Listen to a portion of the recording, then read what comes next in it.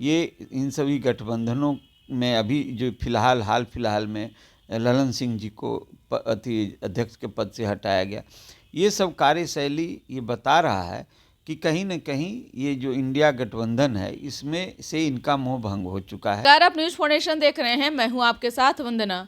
क्या बिहार के मुख्यमंत्री नीतीश कुमार एक बार फिर महागठबंधन से अलग हो सकते हैं? ऐसा इसलिए क्योंकि जब जब मकर संक्रांति आया है तब तब राजनीति करवट लिया है। इस बार भी कुछ ऐसा ही संभावना जो है बिहार की राजनीति में जताया जा रहा है।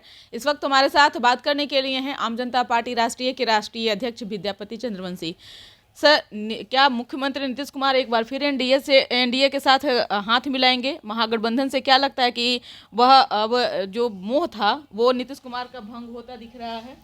देखिए, माननीय मुख्यमंत्री जी बिहार में उन्हें मुख्यमंत्री हुए जो ये 20वां साल इस बार 25 में पूर जाएगा, तो ये सबसे समझने की बात है कि अगला स्टेप उनका क्या होगा। तो वो चाहते थे कि प्रधानमंत्री का चेहरा हमको ये INDIA जो गठबंधन बना इसमें बनाया जाए। शुरू में तो संयोजक के लिए भी तैयार थे, लेकिन संयोजक भी लोगों ने नहीं बनाया। उसका जो मुख्य कारण है वो सभी जानते हैं कि कांग्रेस जो है सबसे बड़ी पार्टी है देश में लोकसभा और विधानसभा के तौर पर।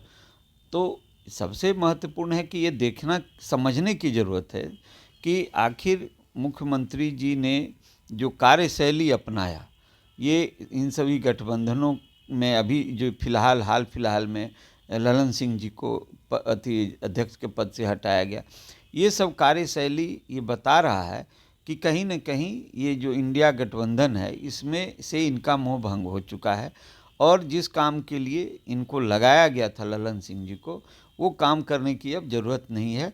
इसलिए क्योंकि नीतीश कुमार जी कहीं न कहीं अब जो है एनडीए गठबंधन में पूर्व की तरह रहना चाहते हैं और इसमें एनडीए को भी फ़ायदा है, इसलिए क्योंकि जो इससे पहले जो 2019 का चुनाव था उसमें एनडीए में नीतीश जी के रहने से ये लोग करीबन 40 सीट ले गए थे बिहार से, एक सीट केवल कांग्रेस को गई थी। इसलिए ये तो जांचा परखा फार्मूला है। तो इस फार्मूले में केंद्र में जो सरकार बीजेपी है कि खतरा उस पर नहीं मंडरावे, इसके लिए ये सारा प्लानिंग हो रहा है। और मैं समझता हूँ कि नीतीश जी जो है वो भी एश्योर हैं कि एक तो पेंच नहीं फंसेगा सीट का, कि जो पुराने एमपी हैं वो कहेंगे कि भाई हम जहाँ पर नीतीश जी जीते हैं वहाँ पर मांगेगा राजद वाले कि हमको दीजिए एमपी का सीट। तो ये सब जो पेच फंसेगा उससे तो बेहतर वही है जो कि पुराना फार्मूला है। पुराने फार्मूले पर कोई पेच भी नहीं फंसना है और किसी तरह का खटपट भी नहीं होना है। इसलिए जहाँ तक सवाल है, ये कहीं न कहीं ये लग रहा है ऐसा, जहाँ तक मैं सोच सकता हूँ कि बिहार में ये जो राजनीति अभी जो है ये फिर से उसी रास्ते पर चलेगी जिस रास्ते पर चल रही थी, ऐसा तो मुझे प्रतीत होता है। निश्चित तौर पे क्योंकि ऐसा इसलिए बीजेपी के कई नेता जो हैं नीतीश कुमार पर नरमी पेश नजर आ रहे हैं। और दूसरी तरफ अगर जदयू की भी हम बात करें तो जदयू में भी जो पहले बीजेपी पर जितना बयानबाजी करते थे उसमें भी कहीं ना कहीं अब ये लोग भी स्थिर हो चुके हैं।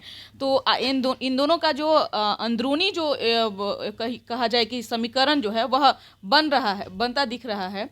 तो मुख्यमंत्री नीतीश कुमार अगर एनडीए में फिर से वापस आते हैं तो क्या वह मुख्यमंत्री बने रहेंगे या फिर बीजेपी की कुछ शर्तें? देखिए, ये तो भविष्य के गर्भ में है कि कह देना कि क्या हो सकता है, लेकिन मैं जहाँ तक समझता हूँ कि अभी बिहार में जो है कोई मजबूत विकल्प जो है, जैसे मुख्यमंत्री जी नीतीश कुमार जी के पैरेलल में कोई खड़ा हुआ, कोई ऐसा व्यक्तित्व तो नज़र नहीं आता है जो कि उनको जो है उनके पैरेलल में दिखे।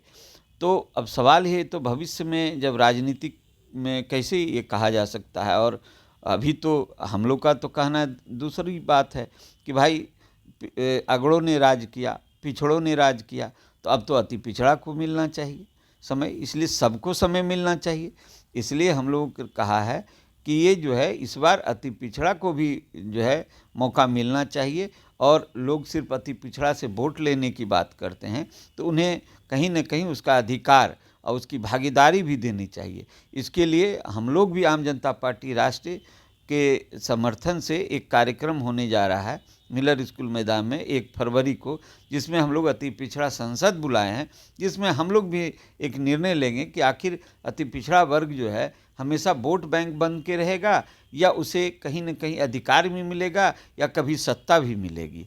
इस तरह की बात हम लोग 1 फरवरी को हम लोग मिलर स्कूल मैदान में हम लोग निर्णय लेंगे। और ये तो भविष्य का गर्व में है कि मुख्यमंत्री कौन होगा बिहार का अगली बार, क्योंकि मुख्यमंत्री जी, माननीय मुख्यमंत्री जी ने कहा था अंत भला तो सब भला। वो तो स्वतः बिहार को अब मान रहे हैं अपने उम्र के हिसाब से या लंबी पारी खेलने के बाद कि बिहार जो है अब जो है वो बिहार में मुख्यमंत्री के रूप में नहीं रहना चाहते, ऐसा उनकी बातों से प्रतीत होता है। तो क्या लालू प्रसाद यादव इतनी आसानी से इन तमाम चीज़ों को होने देंगे? लगता है कि लालू प्रसाद यादव अब प्रेशर पॉलिटिक्स नीतीश कुमार पर और भी ज़्यादा उनका जो तल्ख तेवर जो है वह देखा जाएगा? क्या संभावनाएं क्या लग रही है? देखिए, लालू जी के हाथ में कुछ नहीं है, इसलिए क्योंकि जो निर्णय लेना है वो नीतीश जी को लेना है। और लालू जी, देखिए इससे पहले भी आप देख लीजिए, जब भी यह नीतीश जी आए हैं तो स्वेच्छा से आए हैं लालू जी के साथ, राजद के साथ, इसलिए लालू जी के हाथ में कुछ नहीं है। और जहाँ तक सवाल ये भी है कि यहाँ की जनता, बिहार की जनता को मुख्यमंत्री जी ने जो एक कहा था कि जंगल राज करके बिहार में सुशासन की बात की थी, तो वो सुशासन जो है वो आपको कहीं न कहीं वो आंशिक रूप में वो हमेशा दिखा है। और ये बात तो बातों में भी आज भी आती है कि 2005 के बाद का बिहार और 2005 के पहले के बिहार के अंतर को अभी भी जदयू बोलते हैं, मुख्यमंत्री जी भी अपने मुंह से बोलते हैं। इसलिए ये जंगल राज जो था वो जंगल राज 2 नहीं आए, दोहराया नहीं जाए। और मुख्यमंत्री जी जिस तरह से तेजस्वी के विषय में कहीं न कहीं उन्होंने हल्का अपना हिंट दिया कि तेजस्वी अब देखेंगे, तो मैं समझता हूं कि ये उनकी अंतरात्मा की आवाज़ कभी नहीं होगी, क्योंकि बिहार को वो जंगल राज कह कर के बिहार को सुशासन दिए थे और फिर उसी तरह ढकेलने की बात वो कभी नहीं करेंगे। इसलिए जहाँ तक आने वाला समय है, ये तो भविष्य के घर में है कि बिहार का मुख्यमंत्री आगे होगा कौन। बहुत बहुत शुक्रिया बात करने के लिए। तो आपने सुना कि क्या कुछ कहना था आम जनता पार्टी राष्ट्रीय के राष्ट्रीय अध्यक्ष विद्यापति चंद्रवंशी। हालांकि बिहार की राजनीति को लेकर आप लोग क्या सोचते हैं, अपना ओपिनियन जरूर कमेंट बॉक्स में दीजिएगा। धन्यवाद।